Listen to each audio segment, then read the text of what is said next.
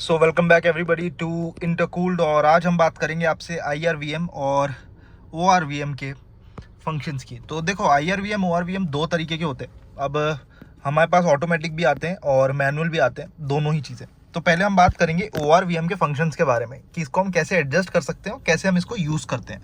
तो देखो, अगर आपकी कार में ऑटो फोल्डिंग ORVMs हैं, यानी कि जब आप कार अनलॉक करोगे तो अपने आप खुल जाएंगे और जब आप लॉक करोगे तो अपने आप फोल्ड हो जाएंगे, तो ये फंक्शन अच्छा है। बट अगर नहीं है तो आपको ऐसे बटन प्रेस करके, यहाँ पे आपको बटन दिया होता है, हर कार में अलग पोजीशन होती है, इसमें यहाँ है, ऐसे बटन प्रेस करके आपको इसे अनफोल्ड या फोल्ड करना पड़ता है। अब मेरे ORVMs में कुछ शायद से मॉइस्चर आ गया इनकी मोटर में या कुछ है जो ये अजीब सी आवाज़ कर रहे हैं, स्क्वीकिंग नॉइज़। नहीं तो ये आवाज़ नहीं करते हैं, ये बहुत ही ज़्यादा स्मूथ रहते हैं। तो खैर उसकी छोड़िए, अब हम चलते हैं इसको एडजस्ट कैसे करना है। देखिए, यहाँ पे आपको एक टॉगल बटन मिलेगा, ये 3 टॉगल रहता है। ये लेफ्ट मिरर का, ये है सेंटर, मतलब अब आप जॉयस्टिक प्रेस करोगे, लॉक्ड हो चुकी है, अब इसका कोई यूज़ नहीं है। And the last one is right.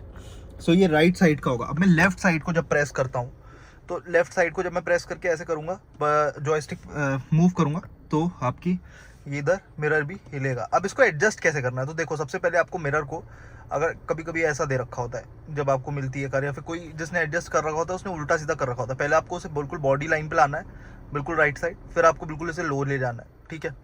अब आपको ये जो आप पहला कार का जो डोर हैंडल देख रहे हो, आपको उसमें दिख रहा होगा, देखो आपको डोर हैंडल दिख रहा है। इस डोर हैंडल को आपको कॉर्नर में लाना है। कॉर्नर में मतलब जैसे अभी मैं लेके आऊंगा, देखना, देखो ये आ गया कॉर्नर। ये परफेक्ट व्यू रहता है किसी के भी हिसाब से कि आपको पीछे की पूरी क्लैरिटी रहती है, ठीक है।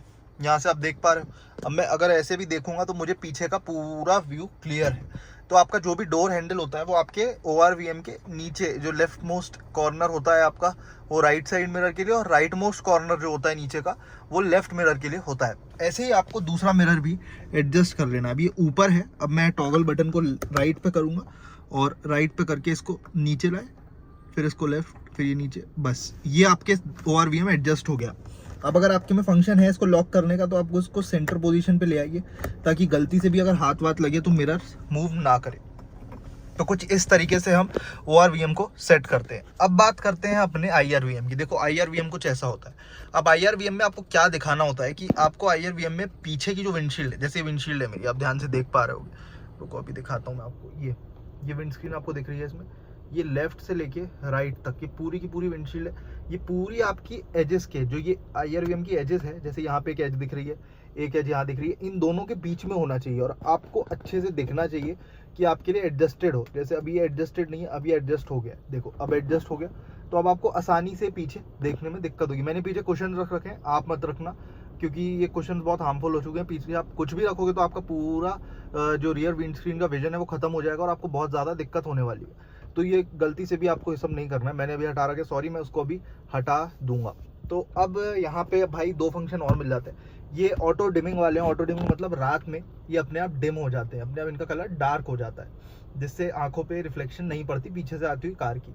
और अगर आप मैनुअल लेते हो तो यहाँ पे एक स्विच आता है, यहाँ पे कुछ इस जगह पे एक स्विच आता है यहाँ पे, और उस स्विच को आप आगे कर देते हो तो आपका डे हो जाता है या फिर नाइट हो जाता है, या फिर पीछे कर देते हो तो आपका डे या नाइट, वो अलग अलग का ब्रांड्स पे अलग अलग चलता है। बट ये वाला ऑटो डिमिंग है तो अपने आप ही डिम हो जाता है। तो यही था हमारा ORVM और IRVM का वीडियो। अगर आपको इससे ज़रा सी भी नॉलेज मिली हो, आपको समझ आया उनको कैसे एडजस्ट करना होता है, कैसे यूज़ करना होता है, तो इस चैनल को सब्सक्राइब कर दीजिए और नीचे एक अच्छा सा कमेंट छोड़ के जाना ना भूलिएगा। तब तक के लिए bye bye and take care.